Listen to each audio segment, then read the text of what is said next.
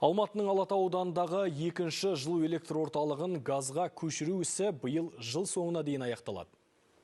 Жұмыс сапарымен Алматыға ат басын бұрған премьер-министрдің бірінші орынбасары Нұрлыбек Нәлібаевқа жауаптылар осылай деп баяндады.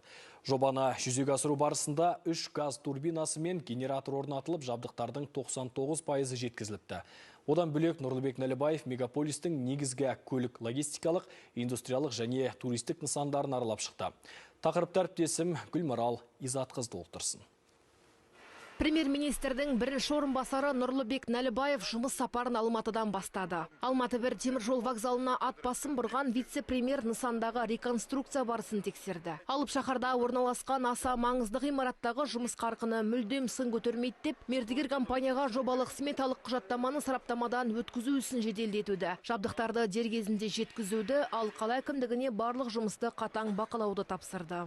Жазда 12 мың адам келіп жатыр тәулігіне. Қыста 6800 адам далада жүр. Кеше қыста да дала жүр. Сонда нараға келген адам 1 сағат ерте келеді. Сон далада тұра ма не? Онда өшірді масқара үшін ұятқа бізге. Бұл шын айту керек, еліміздің тарихында бір мезетте 121 вокзал бұндай реконструкцияны өткен жоқ. Жаңадан бұндай вокзалдар салынған жоқ.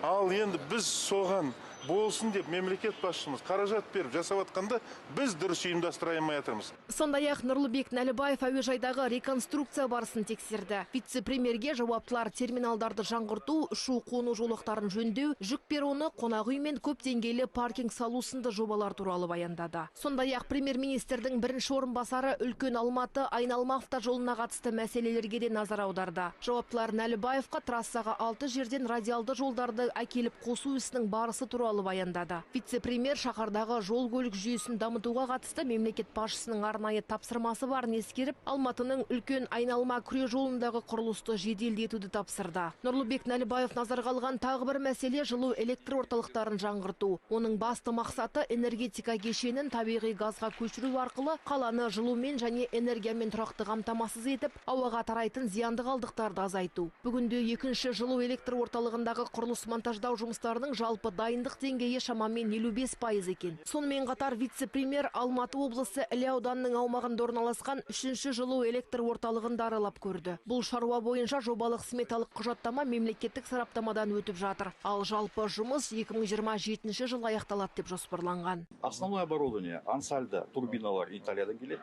Паровые котлы Донфан Қытайдан келеді.